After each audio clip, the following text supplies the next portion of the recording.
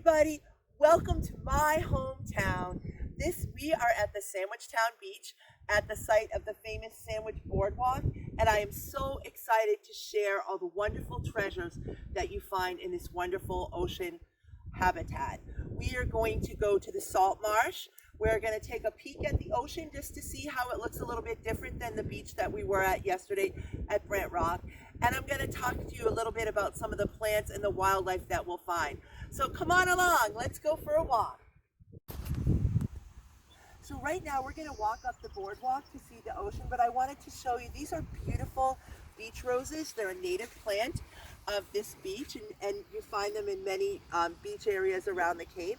They smell wonderful. So let's take a walk up on the beach and see how it's different than the beach at Brant Rock we saw yesterday.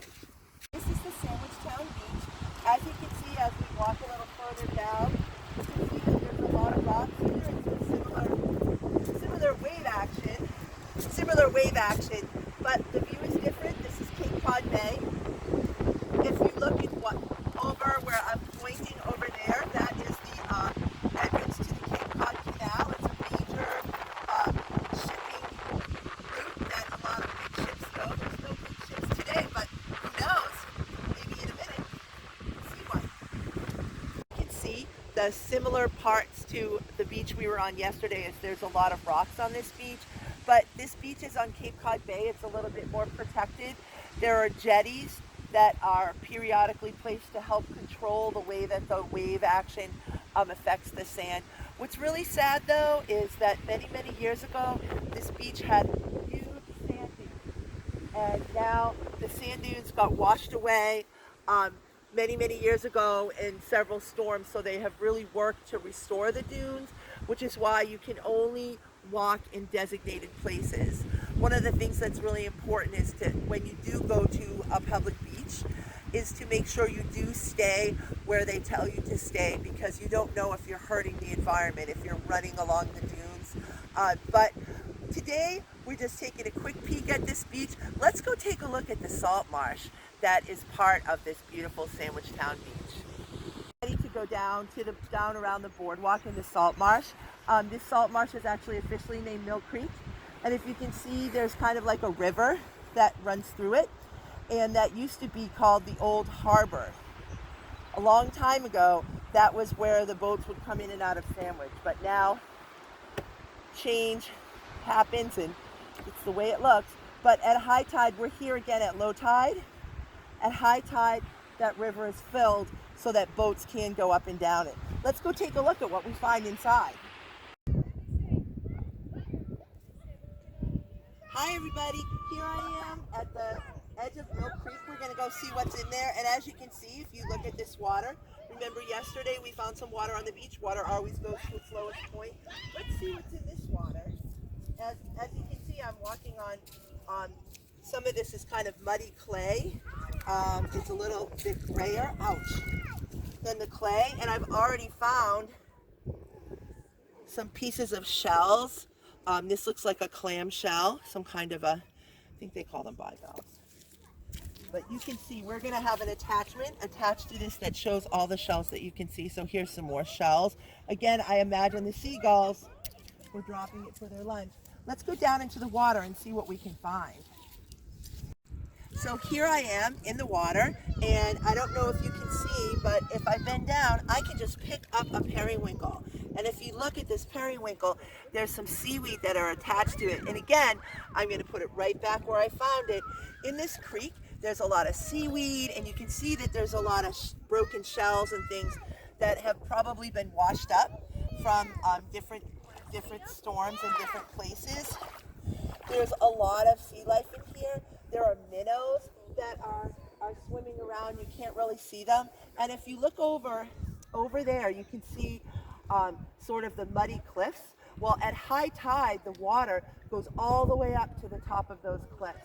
And you can see the intricate patterns that the water makes. And those are different kind of sea creatures and animals that are probably living inside that water. We are here at low tide, so it's a really nice place to come. It's kind of a little bit more gentle than swimming in the ocean. The water is kind of calm, so it's a nice little tributary to come and play. And as you can see, there are seagulls here just like at the Brook Street Breach in Marshfield.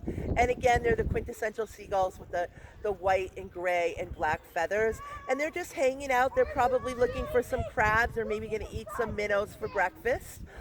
Where they are in the water, the sand is uneven here so that it's more shallow in some places than in others. And they're just hanging out, getting a good breakfast. If you remember yesterday, we were talking about the barnacles. Well, here's just a small little rock, and you can see really close up the barnacles that grow on those rocks.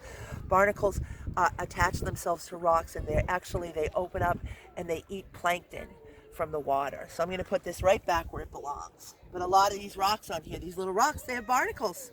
How cool is that? Wow, look, I just found a quahog shell. I'm going to wash it out a little bit because I want to show you.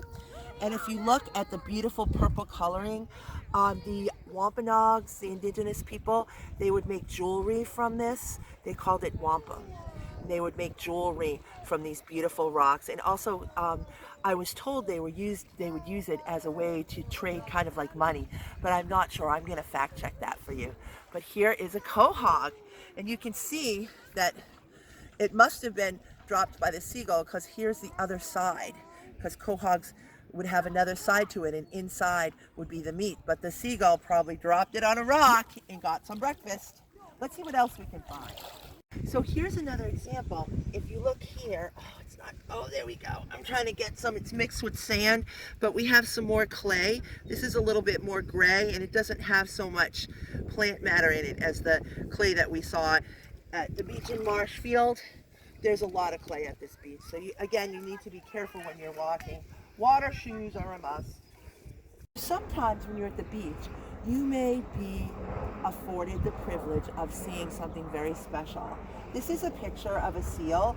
Sometimes young seals, they swim up to the seashore and they go to take a rest. And it's really important to keep your distance because even though they're so cute and cuddly, they are a wild animal and they are very much afraid of you. And if you go near it, you're going to put a lot of stress on it and make it very scared. It's really important to observe from a distance and be thankful that you're lucky enough to see something like a fish. And you may see these kind of signs at many of the beaches that you go to because in recent years, some sharks have been spotted, but you don't really have to worry that much because if you stay alert and you listen to the grown-ups that you're with, they will keep you safe.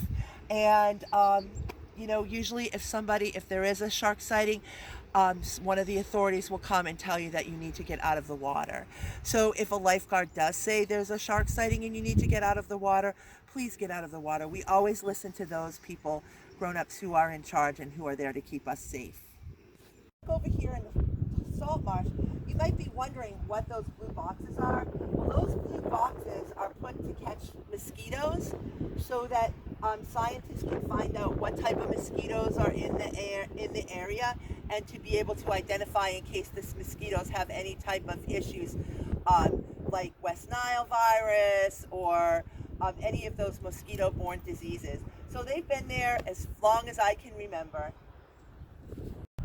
If you look over that way, you may see a strange structure kind of sticking out. It looks like kind of a weird looking tree, but what that actually is, it's a special structure built for ospreys to build their nests. Ospreys are a bird native to this area, and when they build their nests up on that platform, they're safe from the water and from other predators that may be there. And as you can see the creek kind of stretches along, and we're going to keep walking, but we're coming up to one of the little tributaries. A tributary is a little break off of a river or a creek. So you can see there's a lot of little tributaries. Some are smaller than others, but it's a way for the water to flow.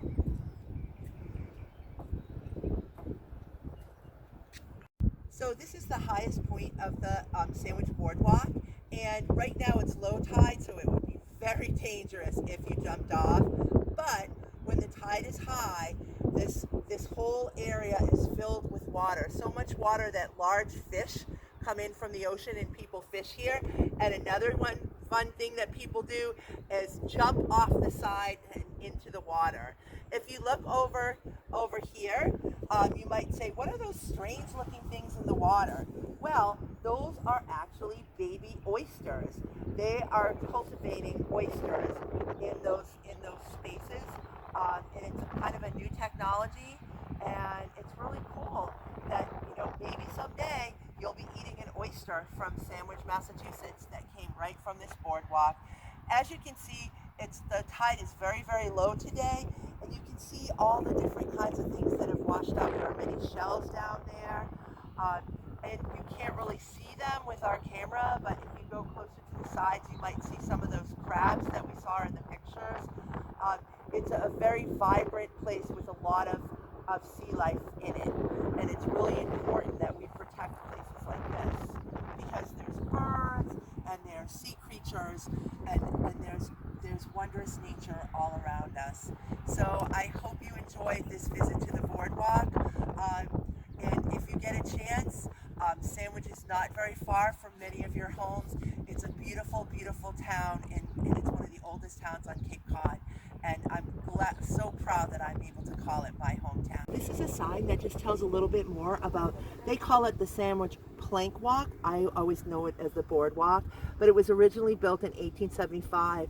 And then in 1992, there were some horrible storms where not only did we lose the dunes, but the boardwalk was destroyed. And it was rebuilt in 1992. And how they funded it was people bought planks so that as you walk along the boardwalk, you can see little messages and people's names. Because unfortunately, my plank that was on that boardwalk that had my name from when I was like probably 10 years old washed away in that 92 storm.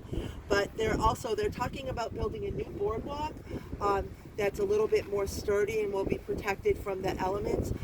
It's causing a little controversy in the town of Sandwich right now because the designs are a little out there.